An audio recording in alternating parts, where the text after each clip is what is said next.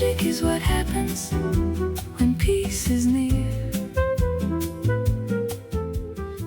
Hi everyone, and welcome to Season 8 of Enlightened Conversations. This season we're diving into all things 7D consciousness, what it is, what it isn't, and how it shows up in our everyday life. I'll also be sharing concepts from my new book, Pieces of Science, towards a unified peace theory, as we explore the fascinating overlaps between spirituality, human behaviour, consciousness, and how we can integrate more peace into our lives. So, without further ado, let's dive in. You're here, together we are clear. Hi everyone, it's Michelle Lightworker here, and welcome to Enlightened Conversations Season 8. Look, there's a growing conversation, I don't know if you've noticed, but it's happening across different modalities. You've got psychology, spirituality, neuroscience, healing, human development, education, the medical arena, different language, we've got different frameworks, and we've got all these different professions, but it's surprisingly similar observations. People are describing the greater self-awareness and greater emotional regulation as well. More intuition is arising. We've got more coherence or a need for things to really sync together, like in the workplace, and people being happy in their roles and in their families, in their schools.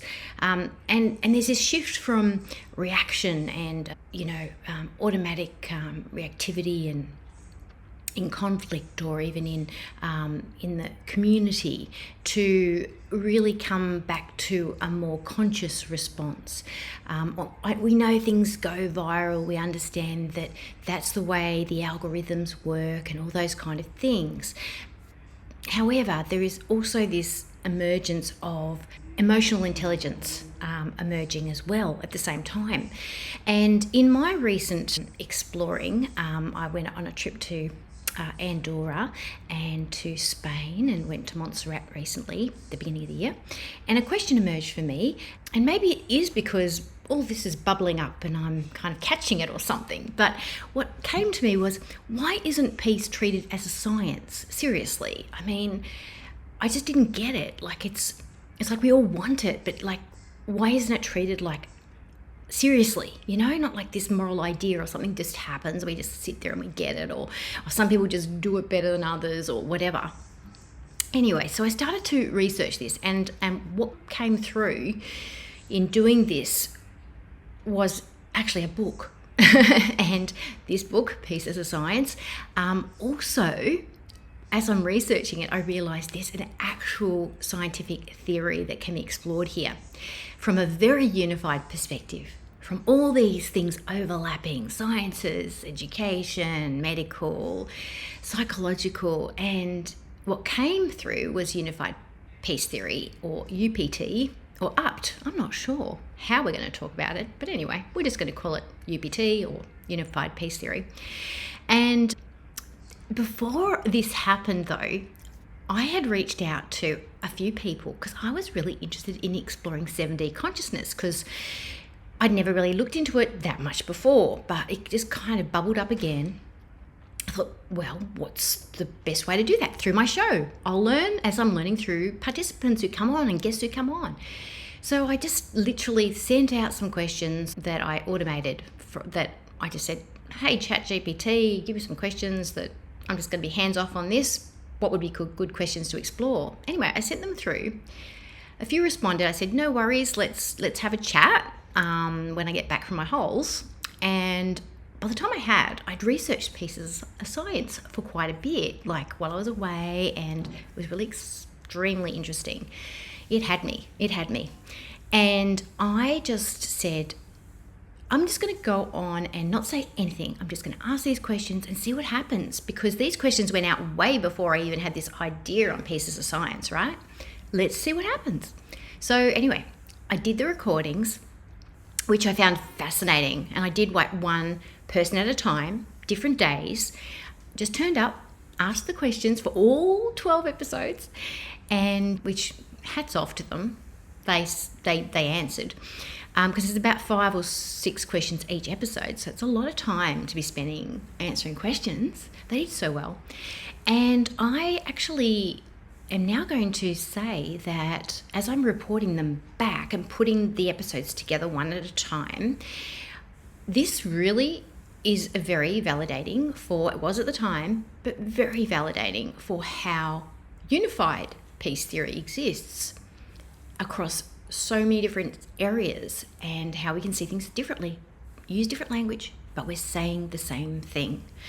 So that actually really has maximum impact for this season episode, because it's really hands off, but also very real and bolted to the ground, because the way that these wonderful beings that I interviewed came through with their knowledge and how incredible it was is fascinating in its own right. But then to be able to map it back to what I researched now the book's published, by the way, just got published, like 21st of April, it's out on paperback. The way it maps back is amazing. So our first question that I asked all my guests was, what is 7D consciousness? Remember I told you I haven't actually told them anything about my interpretation of it at all. And my first guest that will be answering the question is Linda Willows Roberts. She's has over 35 years of experience in spiritual and intuitive realms. She's a theta healer, amongst other things. She's also just won the Spiritual Business Award in 2025. Cool. So here comes Linda. I'm a theta healer and practitioner, and Vienna developed theta healing, and so she talks about the 7 planes of existence.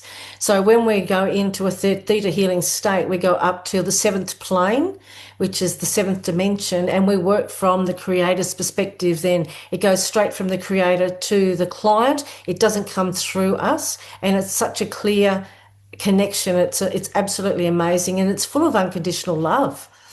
The thing that stood out to me about Linda and her experience with Creator really matches back to unified peace theory, where we talk about the field of reality in 7D consciousness and how everything connects.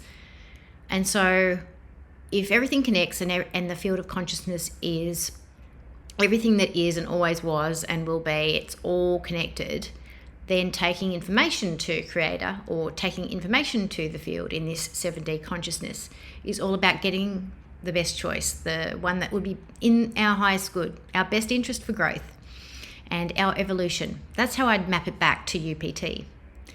Next, we have Leanne Barefoot Medium. Leanne Barefoot is a medium, spiritual practitioner and criminology lecturer at Griffith University. She's currently researching mediumship and its application with homicide investigations. Interesting, huh? So she's blending intuitive practice with academic inquiry, which I love. It's already crossing over. Pardon the pun. That's a mediumship joke. Her work explores perception, consciousness, human behaviour, and the intersection between spirituality and investigative understanding. And she's a great mediumship teacher as well, and good friend of mine. Here's to Leanne. 7D consciousness is not a terminology that I would normally use in my everyday world. If I connect to that as a state of awareness and consciousness, I would connect in with that number 7 and what that energetically means for me, or the frequency or vibration of that. And that 7 is all about higher states of consciousness, connection to source, divine, universe, spirit, whoever it is we call it, where we can access knowledge, wisdom, insights from past lifetimes, different lifetimes, timelines, dimensions, planets, all of those things. So with Leanne, thank you, my dear. She talked about how it's access to higher awareness of consciousness. And in the book, we talk about how we can access different timeline futures based on our conscious decisions that we make each step of the way. So our futures are not set in concrete, which is sometimes a bit different because psychics so they can predict your future. I think what psychics can do is that they can tap into, if you're on your current trajectory here and you continue this particular pattern or this particular way of being, then it will lead to some potentially predictable outcomes. However, we're not powerless over our choices, we're quite the opposite. And so I can really understand what Leanne was saying when you can access past lives. I believe that time's not linear, and in the UPT framework, it also speaks to that we can also interrupt patterns based on resolving our past. So we can actually create our future, not just let go of our past, which is often what we think we need to do. So there's a lot in that, and we'll probably find that these subjects come up more and more as we head along. Now over to Chris. Charles, wonderful Chris, is an NLP practitioner. She's also a mindset coach and has worked with property wealth education. And she's passionate about identity, unconscious programming, and personal transformation. Her work focuses on helping people recognize limiting patterns, developing self-awareness, and consciously reshaping the beliefs and behaviours that influence both success and well-being. Nice combo, Chris. Love it. So here's to Chris. So if I had to describe 7D consciousness simply, I probably would say it's the moment when you realise that you're not the drama, that you're actually the observer of the drama. Most people, really are walking around running unconscious programs, their beliefs, their emotional reactions, their habits, their identity, which is one of my absolute passions and love in life is built, working out identity, who you think you are, what unconscious beliefs that are creating who you are, and then how you can recreate your identity with that. So most of us are walking around with these identity stories that were installed really years ago, and we think we're making rational decisions. But quite often, really, the brain's just replaying an old script. So 7D awareness, I think, is when you step back and notice the program running. And you begin to see your thoughts and your reactions and your patterns from the outside, perhaps. And it could be a little bit about noticing how you think, how you react, and how those patterns actually shape your identity and the experience of life. So once you see that clearly, you really gain something incredibly powerful, which is choice. Yeah, thanks, Chris. Love that. We're not the drama. We're not the drama. We're the observers of the drama, and there's a hell of a lot of drama going on. In the UPT framework, we discuss how we have a witnessing self or a higher self, and we discuss how we can actually evolve that, grow that, strengthen that. And also how it makes us much more aware of our emotional self and how that also affects our bodies and our abilities to regulate or not, respond or react. Let's train that brain not to go. Not to be in the drama. We talk about that a lot. Thanks, Chris. That's very 7D awareness in our book. Now we are going to hear from Sathya Vani. And our wonderful Sathya Vani is a healer, intuitive reader, and spiritual practitioner based in Melbourne. I first connected with her through Psychic TV UK, and she's very grounded, deeply intuitive approach to healing, consciousness work, and her focus is on truth and embodiment. Energetic awareness, and helping people navigate spiritual growth through presence, grounding, and inner transformation. So take it away, Sathya Vani. Living your truth as you are. That is living in 7D consciousness in this new physical reality. Living your truth. Living your truth, isn't it simple, but not so easy to do, actually. Yeah, we talk about that a lot, truth in UPT and pieces of science. We talk about how when you can remove the noise around you, you can peel it back, you can get to your truth, you can get to peace. Sometimes you have to inject a little bit of honesty into the situation before you can get to the truth too. We talk about honesty as a stabilizer for peace, actually. We'll refer to a few of the stabilizers throughout the series as well. There's 12 stabilizers to peace that we name in UPT. I'm sure there's lots more, but we name some core stabilizers in UPT. Truth, living your truth. Once you can do that, I think you really anchor in more to your higher self, which is also what we just talked about with Chris. And you can distinguish the emotional layer from your higher self and just get that witnessing perspective a lot more to find out what your ultimate truth is and what your ultimate path is that in this current situation will benefit yourself and also the highest good, because we're connected to the field all the time. So now we are going to move on to Karen Andrews Roberts. Let's introduce Karen. Karen Andrews Roberts is an intuitive practitioner. She's a former psychic of 20 plus years. She's a graduate of my Master Light Worker Practitioner training, and her work centers around intuitive awareness, energetic alignment, authenticity, and helping people reconnect with flow, inner wisdom, and meaningful connection in everyday life. So take it away, Karen. What does 7D consciousness mean to you? Well, 7D consciousness to me is a hugely expansive awareness of ourselves, sitting in a space that goes beyond our physical body, beyond the ego. To me, it's like a flow state. I can feel the opening, I can feel the flow and everything flowing along. There's a certain energy, a certain frequency to it, and it's very different to being stuck or stagnant. Thank you, Karen. Yes, thank you, Karen. Flow is a great way to describe when we are really feeling in connection with our greater field of awareness.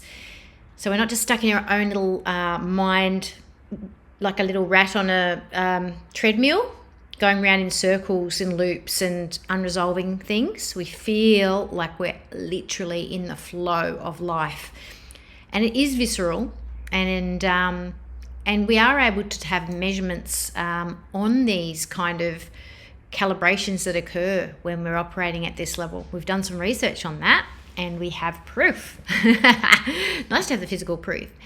So we are now moving into our second question. Our second question is, how does 7D consciousness influence daily life and decision making? First up is Linda.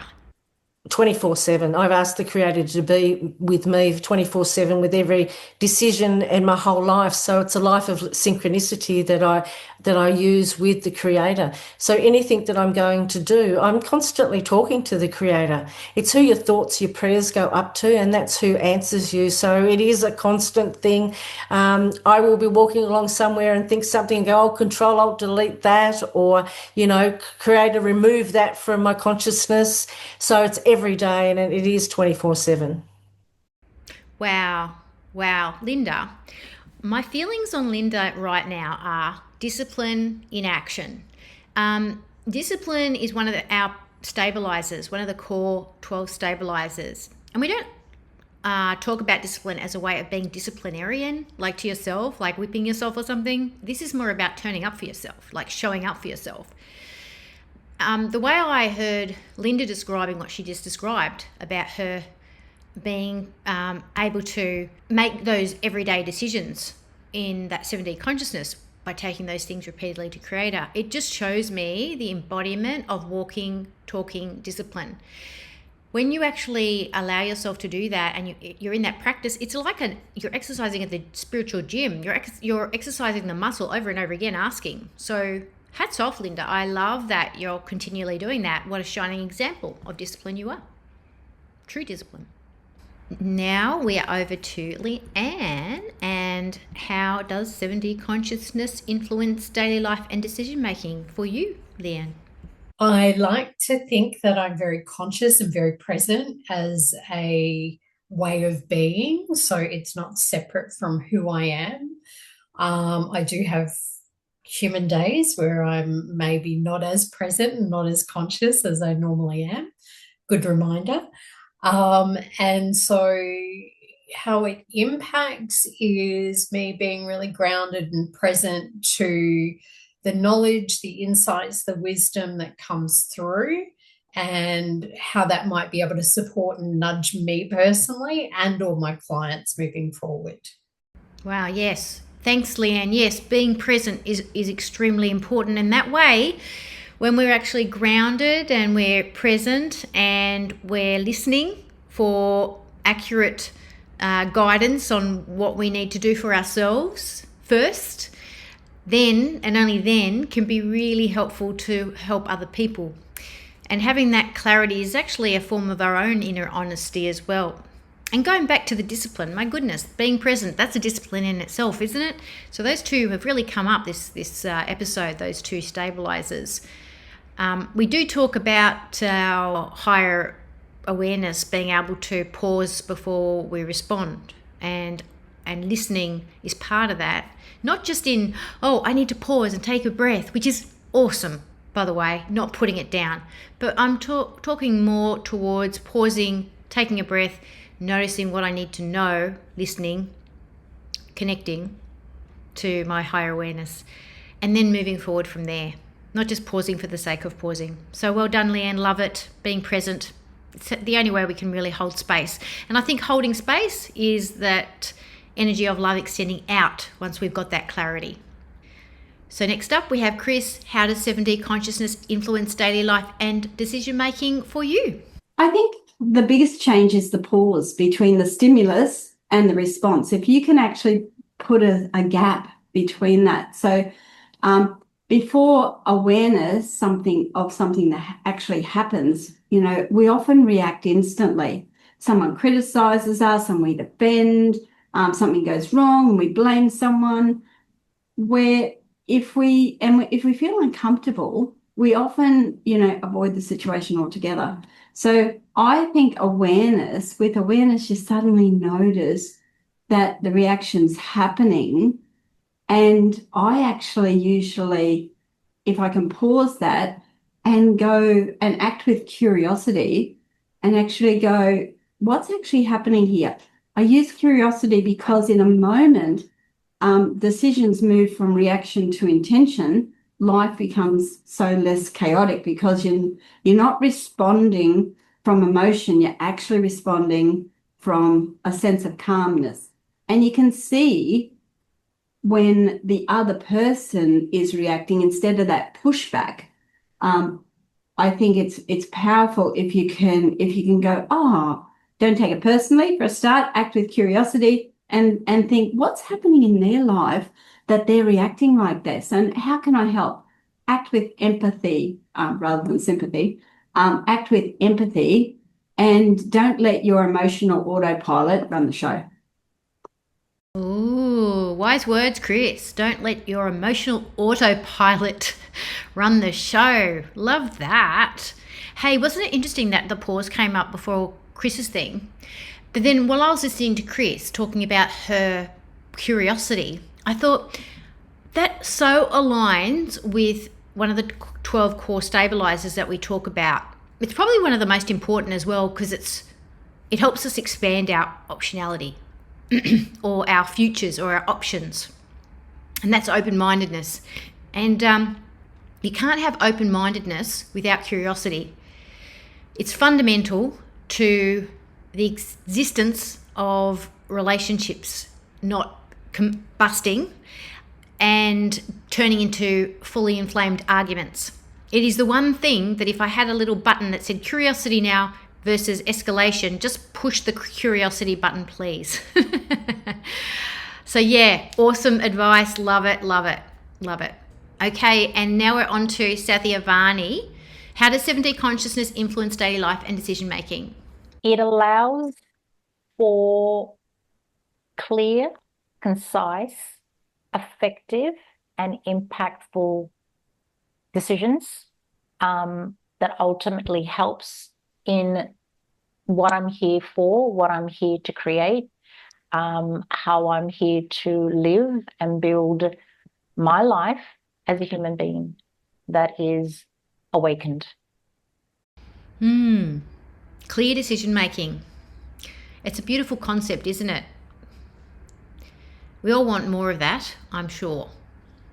So tapping into 7D consciousness can help us to make those clear decisions, and with those clear decisions come, I believe, cleaner plays. You know, we're not so messy. We're not sort of creating chaos around our own family, selves, relationships. When we are clear, we also clear the field. We impact the world around us in a clear way. So I agree, when we want to create those clear decisions for ourselves to have a more impactful, purposeful life, more aligned with our truth, we indeed affect the collective field around us with less chaotic energy. Let's see how Karen interprets this question around 7D consciousness and how it can influence daily life and decision making. Well, I feel that it has a huge impact on how I make decisions, on how I live my life. It's anchored into my heart, really being very connected with that wise, intuitive self and making decisions that feel in alignment with that. If things don't feel in alignment, I say no. I don't follow that path. I really trust my inner wisdom, my intuition. Yeah. I love how you just linked your wise person with boundaries, Karen. Yeah, it's true. I think when we feel more in connection with that higher self-awareness, with that wise self, I feel like it's a lot easier to set those boundaries, and it's a lot easier to say no. And it's a lot easier to say yes, actually, too. Not just the no's, but the yes, I will do this for myself. Yes, I will actually spend more time on this particular thing that I need to do that keeps me in alignment. Yes, I will hang out with these people. So sometimes we feel like when we're stepping into boundaries, it's about saying no. But actually, the yes is just as important. And we actually talk about this as the stabilizer of willingness. Willingness is a yes. Even if it's a small yes, it's still a yes, and it's still movement in the right direction, because it is a stabilizer for peace when it's used in a way that is quite mindful, centered, grounded, and in alignment with our connection to what we're meant to be doing and our purpose. So now we're going to be moving on to our third question. And our third question is, how does it affect relationships? So here we go. Let's take it away, Linda, with this question on how it affects relationships. Now, that's a really good question, because you evolve. So as you do more modalities and tap into that seventh plane, you start getting clearer. You start releasing and purging and growing and evolving as a person. And what actually happens is people drop away. And it just happens, and as they drop away, there's a little bit of sadness, a little bit of nostalgia, but you understand. I've been doing this for energy work for 35 years now, and so I can start to see when somebody's going to move away. But your relationships that stay become more in depth. You have a depth of connection. You don't want to have that superficial, chat. You want to get in deep to know people at a soul level. Yeah, and it's a sensitive topic, Linda, and we talk about this in the expansion section of the Applied Sciences section in Pieces of Science, and we talk about how often when we expand our awareness, when we're kind of off the map a little bit, we kind of need the language to catch up almost, then there's a lot of people around us that just don't even resonate with where we've gotten to off the map, so to speak. So in order to find our language, we need to find people around us who are supportive around helping us to feel comfortable and at peace with our new awareness, our new awakening. And that doesn't mean it's ungrounded. It can be very grounded. And we talk about how expansion is important in our consciousness to remaining in peace. because if we don't expand, we can stagnate, and that can create loads of mental health issues. And those also are discussed in the applied sciences section as well. So thank you for bringing that up, because sometimes stepping up means letting go and understanding, not in judgment at all, that people are on their own path and their own time and their own awakening in their own way, which is none of our business. It's really just their business. And the more awakened we are, the more capacity we have to hold complexity, to hold difference, whilst also remaining in peace. That's actually key to UPT. So now we're going to move on to hear what Leanne has to say about relationships and 7D consciousness. I believe that we're all here to connect with others. That's a fundamental part of why we're all here as beings, as souls in a human body. And connecting to others requires presence and awareness and consciousness. And so how it impacts our relationship with ourselves if we're not conscious, present, aware, open, willing to receive insights or knowledge about our own patterns, our own thoughts, our own ways of being, as well as how that impacts others or how others impact us. So it has a significant impact on who we're being in the world and who others are being when they're in our space and in connection with us. Yeah, thanks, Leanne, because patterns, I think, is the key word that jumped out at me as I'm listening to what you're saying. When we understand that anything unresolved in our lives gets kind of replayed so that we can resolve it, is part of the makeup of how we evolve. And that's part of what we study with UPT research. And that's how it relates to the sciences in a big way, because things repeat until they're resolved. They just loop around. That was a cool discovery, kind of. And so as we learn that, we become a little bit more conscious of what we need to resolve so that it doesn't keep triggering the other person, at least from our side, because we can't obviously solve their loops for them.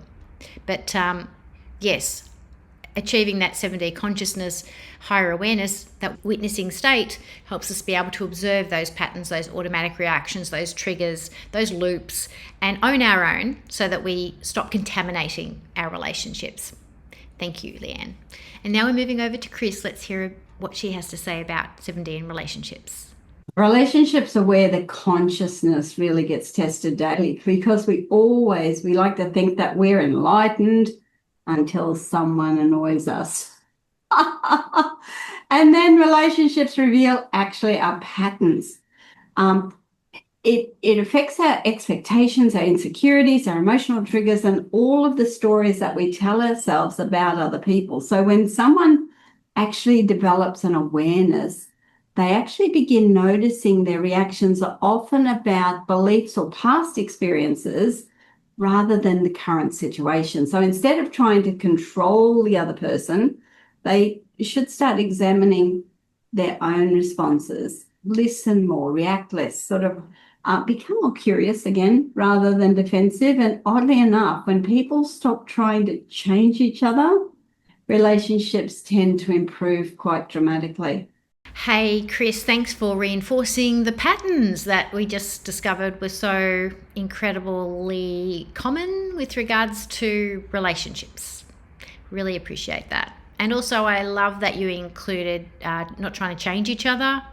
Yeah, have some clear boundaries around yourself and the other person so that you don't try and continually inject what you think they should be. I think that's key to sovereignty, and also key to another stabilizer that we mention in the book on peace.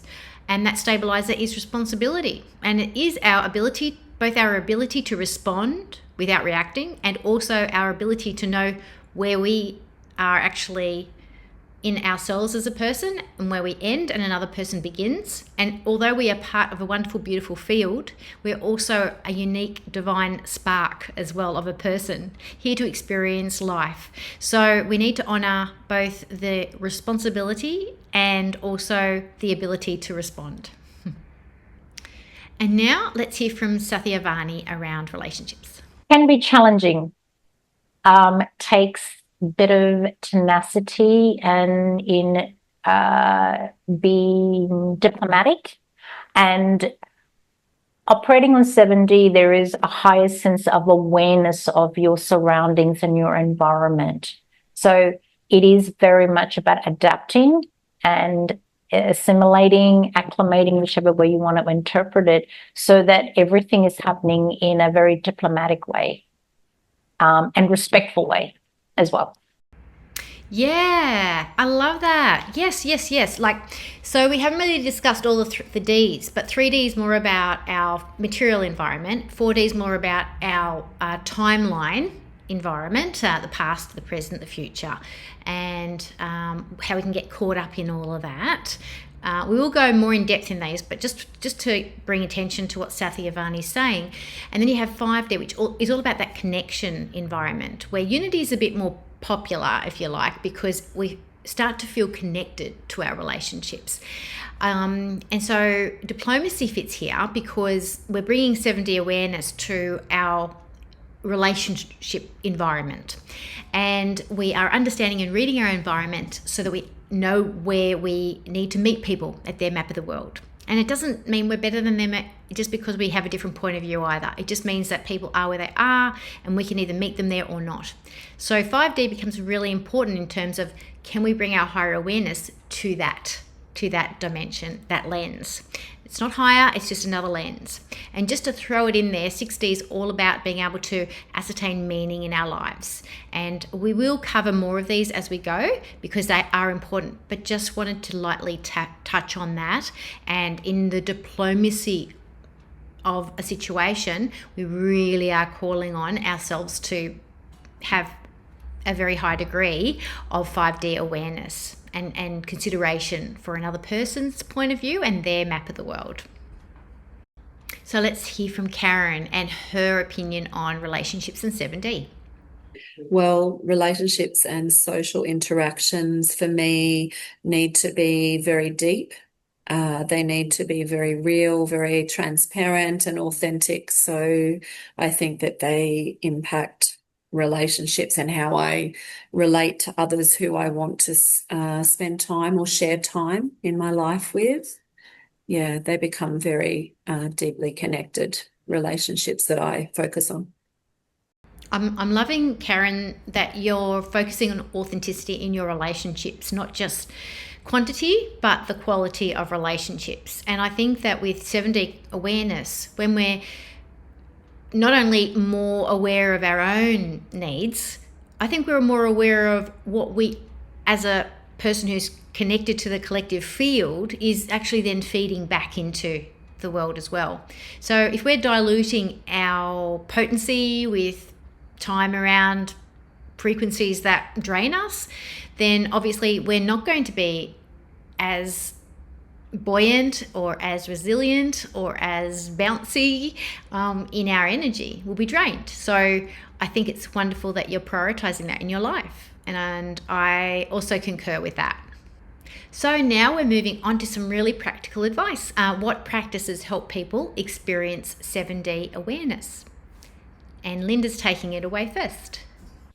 Well, theta healing was the easiest. I've done a lot of modalities and I'm just certified in so many things, but theta healing was the thing that was the glue that stuck it all together. And what it actually does, when you learn modalities or you go on your spiritual development, you let everything that you learn morph in to what it needs to be for you. So it is having that constant connection with the creator, with the universe, with spirit. And when you are constantly showing up, then spirit constantly shows up for you and it becomes clearer and clearer. It's wonderful that theta worked for you, Linda, but it's also wonderful that you're pointing towards what people feel that they need to find what works for them and that they need to turn up for their relationship with creator or the field or the greater consciousness and plug into that. And it's by doing that that you find what works for you. And I think if you're just starting out on your journey, you don't have to know it all, or you can allow it to be a discovery. And I think what Linda pointed out was really great. As we go on our journey and evolve, we continually grow and we continually evolve and we continually add tools to our toolkit. I certainly found this when I was writing pieces of science, and I've been in the industry for over 25 years. And it's a continual journey. You can wrench yourself till the cows come home with it, because it plugs you into deeper aspects of your psyche as you go. And now we're moving on to hear what Leanne has to say about practical tools. At the very beginning stages, I would say it's about connecting with self first.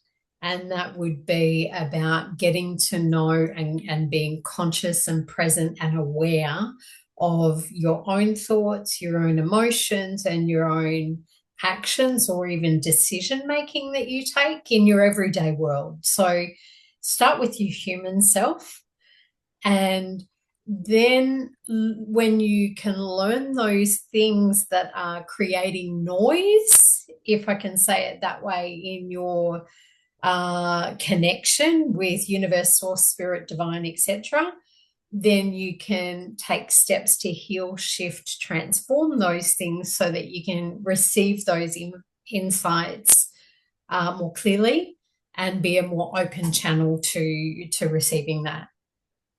I love how we're so aligned with removing noise, Leanne.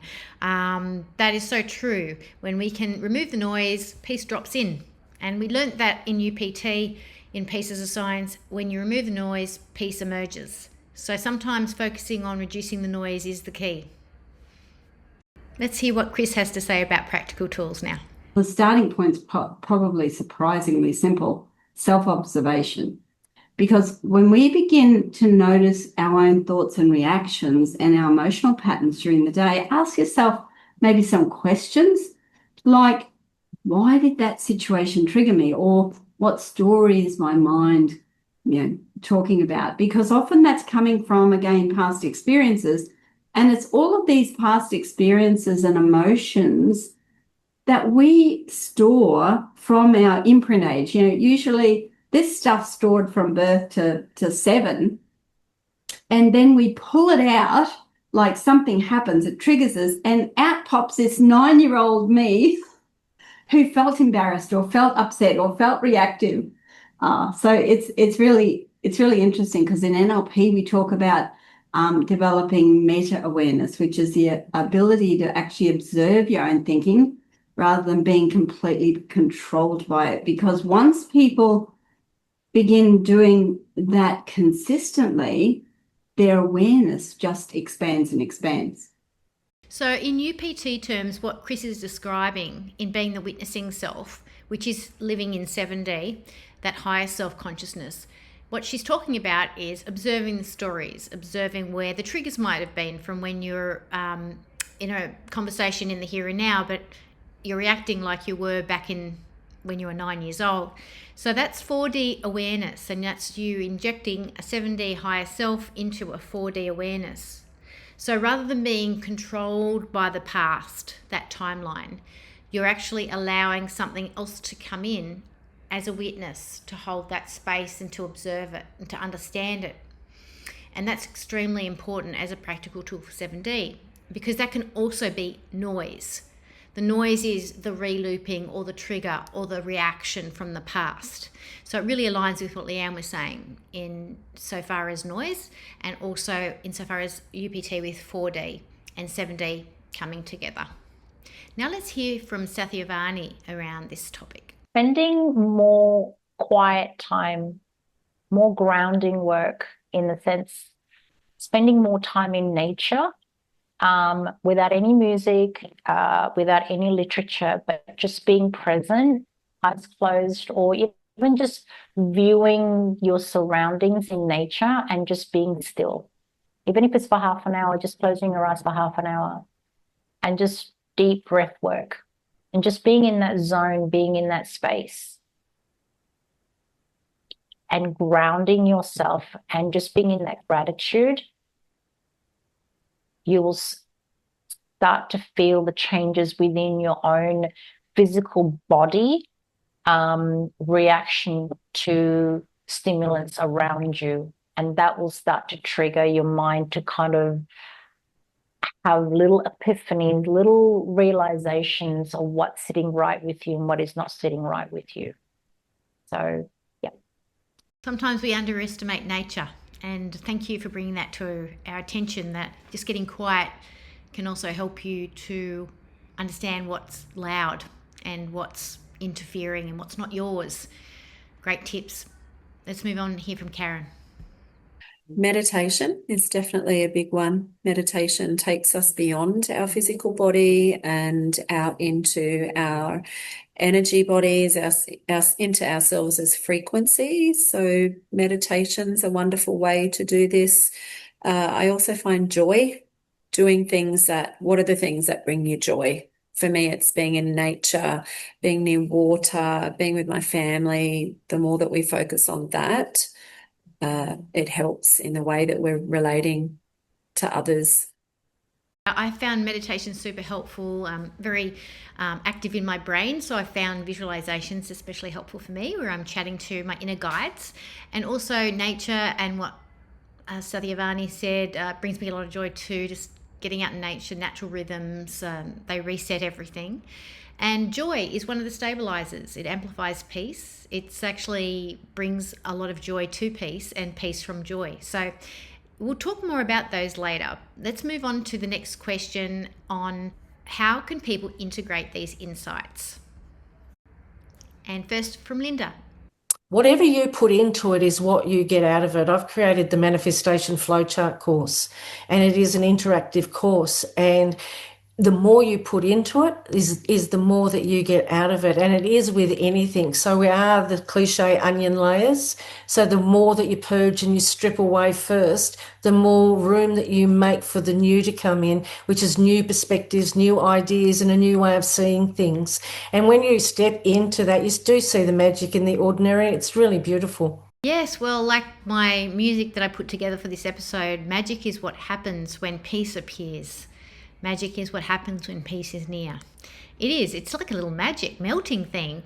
But yeah, we have to turn up and be willing, right? To strip back the layers, to invite it in. Got to let down some of the armor for it to penetrate, or it to even get out, emerge from us, from within us. Thanks, Linda. On to Leanne now. Personal growth is what we're here for.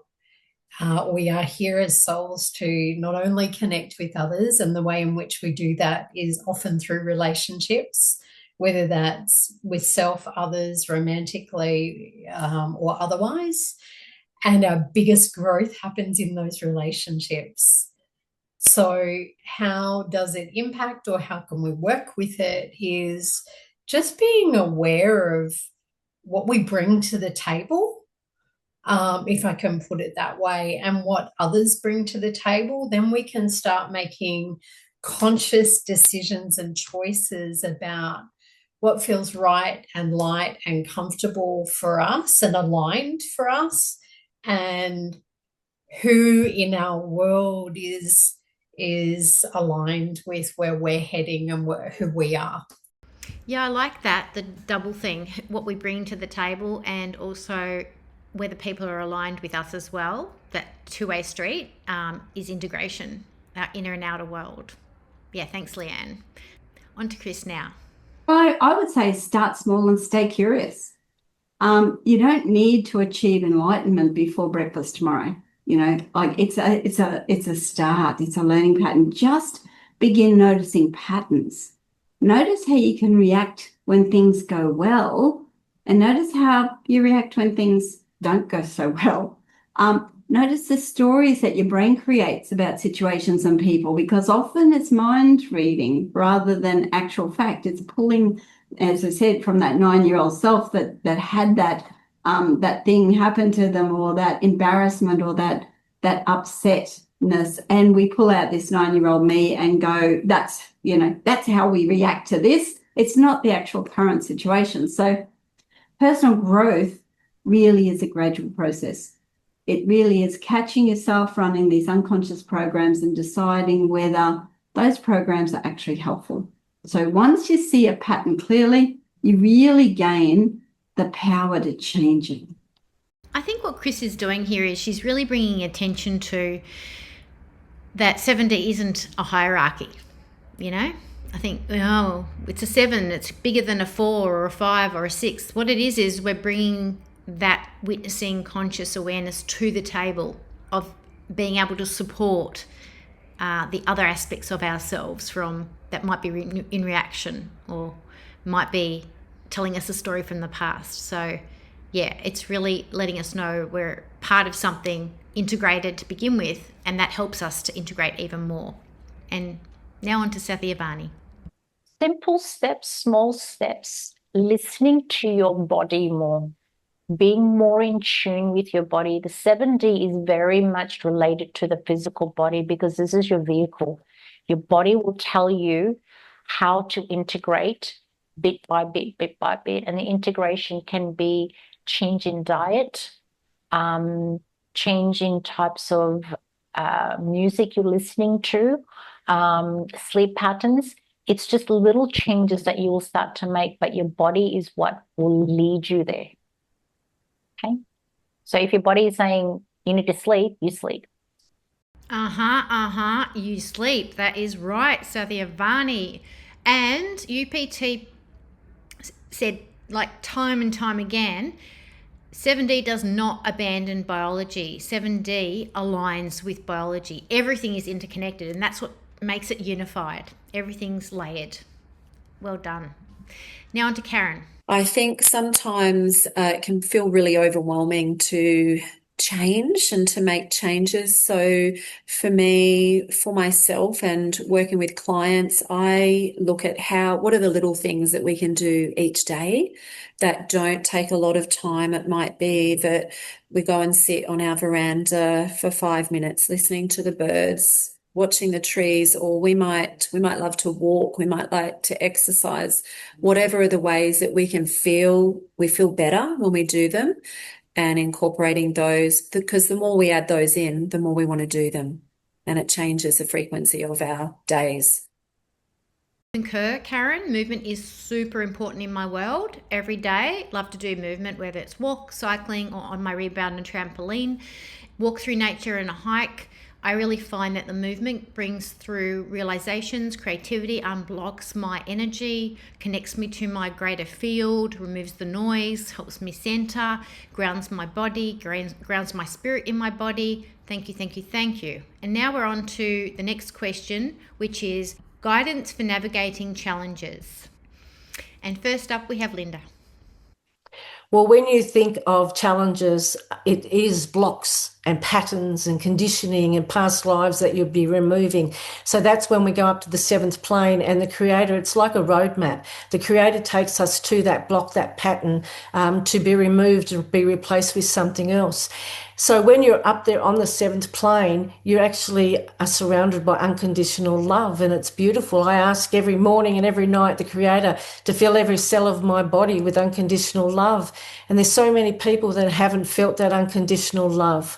So I suppose it's your faith and your connection to the Creator that helps you with, any problems that you have coming up for you, because something that may trigger you is a treasure. And that's what you look at it. Whatever problem that you have that comes up is there for you to evolve and let it go and move through that. Remember, emotions are transitional. We move through them. And once you learn to do that and learn to accept the lesson and the trigger and where it's come from, and you release it, then you're moving on, and you do change your vibrational frequency by doing that. And then you have better life experiences. Triggers are a treasure. Boom shakalaka. I love that. Yes, they are. If you can get the gold nugget out of the learning, they are a super duper treasure. So that's what we aim to do for sure. Next up, Leanne. Okay, that's a bit of a double-barreled question. So advice in terms of navigating challenges, I would say firstly, I'm going to throw in the word don't gaslight yourself and dismiss it or do the spiritual bypassing of it in terms of ignoring it, sweeping under the carpet. It will continue coming up and up and up and up and come back around and repeated patterns until you get the awareness, you get the understanding. Every struggle or challenge or problem is there for you, not happening to you. It's there for you to learn and grow from, and is an invitation to either bring forward some other energy or to focus on a solution or a different way of moving forward. Okay, so we've got another boom shakalaka. Don't gaslight yourself. Love it. Leanne, come on. So many people doing that. The whole peace and love thing without holding complexity, nuance, or difference is just a load of bullshit. No, and also embracing the fact that we do have aspects of ourselves that we need to integrate that might be resisting and that we have triggers and that we have traumas and that we have imprints and we have a past. They're all necessary. Don't gaslight yourself. Boom shakalaka moment. Well done. Now on to Chris. Yeah, I think the biggest piece of advice is not to turn self-awareness into self-criticism, because that happens a lot. People start observing their thinking and suddenly they realize their brain's been making up quite a few dramatic stories over the years. And hey, welcome to being a human being. So the goal isn't perfectionism. The goal is actually awareness, because awareness gives you the freedom. And when you've got the freedom, once you've got that, you can actually start responding to life with much more clarity and a little bit of wisdom, maybe a little bit of humor, and hopefully a much better sense of self about the whole process. Chris brings an interesting point. Thank you, Chris. With the more wisdom we have more information to be critical of ourselves with, if we want to take it there. Or with the more wisdom we have, the more we can laugh at how we have been tracking along unconsciously and have a little giggle. And also that gives us a lot more compassion as well for others, just to say, oops, okay, it's okay, we all do it, we've all been there, that kind of thing, rather than, oh, look at them and they're stuck and all that kind of stuff. So yeah, a little bit of wisdom, a little bit of humor at the same time, a little bit of compassion, weave it all together, and what do you got? A much kinder person. Now on to Satyavani. Not be scared, because when you're doing the inner work and your intention is pure for your highest good, the divine will guide you. You know you're safe, and they will only give you as much as you can process and that you can handle. So the biggest advice is not to fear, because we're all being elevated. We have no choice. So yeah, just don't be scared. Thanks, Satyavani. We all have a choice in our pacing, though, which is what you were alluding to. And that way we don't have to be scared of the information. What I find is when we can ground ourselves, if we feel like things are a bit too much, that helps us to integrate the information and to keep it in the everyday. Sometimes we just need to pay bills and sweep the floor and do the dishes and clean the house and just do everyday things for a bit if we've gone through a bit of an expansion phase. And that's totally normal, and we talk about that in UPT as a grounding thing. Just to integrate and be normal helps us get back into our little place of, you could say, not being too expanded too quickly. And that's absolutely normal, to want to just calm the farm a little bit. Expand this way is 7D, not this way. So we're always expanding and integrating, expanding and integrating. Now on to Karen. I feel like I flow with challenges in a different way than what I used to. So looking at a big picture awareness, attempting to witness what's going on, to look at it from an expansive perspective, not a small perspective, and instead of being caught up in my emotions and we're human. So when our emotions do pop up, I guess being very aware, I witness them, look at what they're trying to tell me and what I need to do in that moment to step into my center. Thanks, Karen. Yes, bringing it back to our center repeatedly. Well, you know what? That brings us to the end of the episode. And I just want to say on that note, Karen, that peace is recursive. So bringing yourself back to your center again and again and again makes it easier next time. And that's the thing that we learned from UPT. Peace is recursive. It actually builds on itself. The more you do it, the easier it gets. So next episode, we are going to be focusing on 7D healing, trauma triggers and the collective nervous system. And we're going to be covering all things around that. If you're interested, tune on in. Thanks for joining us. And I hope that you've learnt something today that will help you step back into yourself and your alignment, because it gets easier and easier. Blessings to you all. Magic is what happens.